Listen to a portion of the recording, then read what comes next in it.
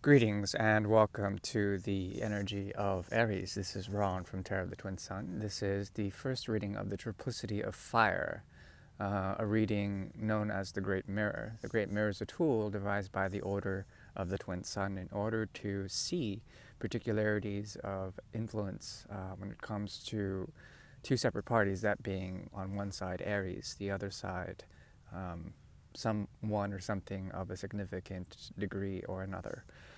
Um, we'll look into conscious as well as unconscious or subconscious realms. And in these, we may see some of the activities that may occur energetically between one party and another. I do thank you for your time and continued support of the channel and the order and its works. Thank you. We'll go ahead and begin now. One thing to note is that there is a lot of energy that surrounds the cusp of Aries, that being a stellium that exists uh, in in Pisces, as well as the stellium in Taurus. And I believe there may be some difficult aspects with Pluto, as well as Saturn in Aquarius and in another place all entirely. The solar eclipse, which is partial, occurred in Taurus. That was a near conjunction of Sun and Moon. So, yeah, in terms of all of that, Aries is surrounded with all of this energy, and there may be a way for you to look to be tapped into the energy of Gemini, to embrace Mercurial energy, to essentially find a way out of this surrounding menacing energy.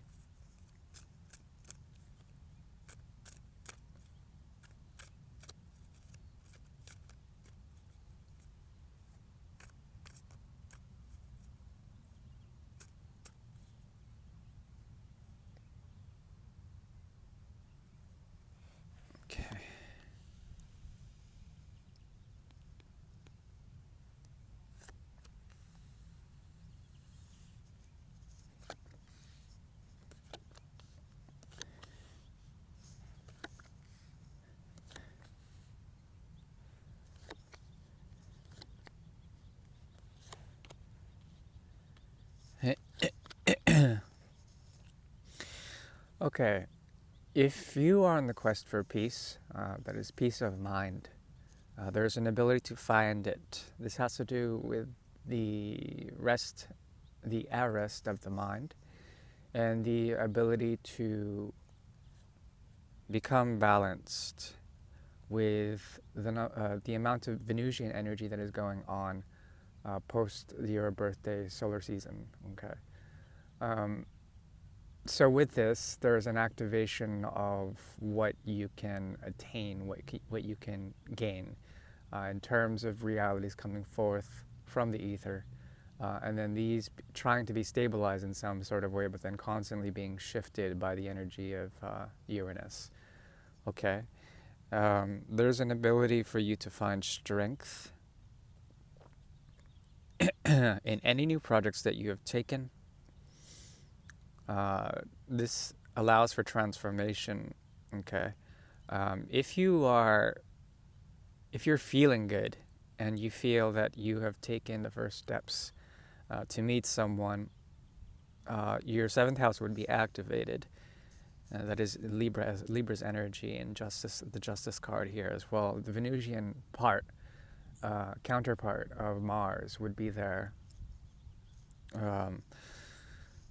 What I'm seeing is that in this process, essentially, there would be a need to arrest the mind, okay? To be still in the mind in order for things to work out. Let's see here.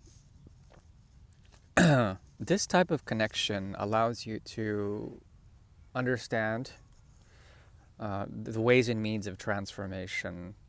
How you bring truth to the situation defines the ability for you to focus in and be critical on this type of connection would help you to understand how a lot of what is being influenced um, in your choices, in the way you bring forward these types of situations with another. There's an ability for it to let go of inheritance, okay, what you've inherited in terms of expectation, excuse me, and this allows for uh, a type of new sun or a new ray of light, a new beginning. Okay, if this is a new connection, then you may be interested in it, but not so much. There's something about it that allows you to understand, especially through eclipse energy, how deep and how intense these expectations may be coming from, may go, okay, especially when it comes to practicalities, okay, and that perhaps is something that is an obstacle, but also a way of elation or release when it comes to the conditions that are set forth by your forefathers or by past versions of yourself. You are moving steadfastly and steadforwardly into the future. What it is a bridge or a forking between two different energies. Okay, one is of isolation and deep solitude and purification, curation of your world, as well as understanding a path. The other is of healing and regeneration as well.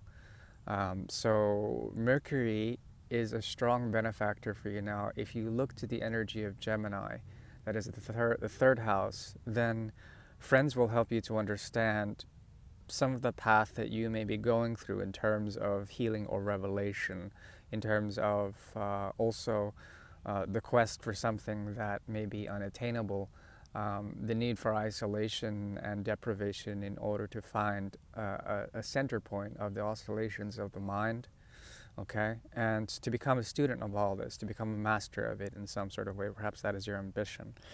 Ultimately, I think the general gist that I'm seeing in terms of this is that inheritance is something that you do not require, something that you would rather not have. Um, let's see here. Pisces is also activated in you, the 12th house. So there's the third and the 12th houses that are primarily activated in terms of the operational faculties of this situation. This situation is a type of the person you may be dealing with, let's say, has a number of secrets as well. They come from a place. They come from a place that is, generally speaking, surrounded by secrets as well as codes. Okay, these codes are they operate in a place where they are constantly trying to be rid of strong emotional undertones, of strong emotional um, merits, so that they can produce an effect. Okay, there's a lot of mysterious Piscean energy in them, as well as Capricorn and Cancer are activated within them. Okay, um, let's see here. Something about them wants to set down the torch, wants to set down the fire in the situation. Not only are they trying to be rid of memory, there's something about them also trying to let go of their ideals. Okay, um, this type of situation indicates a great deal uh, of change and transformation. Okay. Something is being reaped here. Something is being set free, and usually it indicates not the star card. Yes, the star card as well. Temperance usually, and this has to do with the transmutation or the release of unwanted, toxic, negative energies that are emotionally inclined or emotionally charged, emotionally colored. So there's a purification element to this, but it does not require um, it doesn't require any violence or fire. This person uh, wants to lose their ideals. They want to lose, especially their particularities when it comes to romance or pleasure. Yet they are constantly seeking some form of stability. They could try to nurture you in some sort of way. On the deeper level, there's a strong nurturing capacity of this person. I think you bring them truth. You also bring them the sword, which can also symbolize a cutting element. The umbilical, if it were here, would be essentially cut by you. There is also, aside from the Four of Swords, which is the quest for peace, the quest for stillness of the mind here, there also is the Six of Swords in the reverse. Okay. Now, the Six of Swords in the reverse usually indicates the opposite of escapism. Usually indicates also um, finding stillness by confronting the wave of emotion or the wave of emotional content that may be stifling to some. There's a way for you to embrace this sword, okay? The sword of truth, the sword of creation, the crown of creation. In order to reify or to culminate and silence the mind, to understand that truth resonates within itself or for itself, and to surrender this to find balance and equilibrium. A lot of that is required because the major arcanas that are here are the moon and uh, the death card.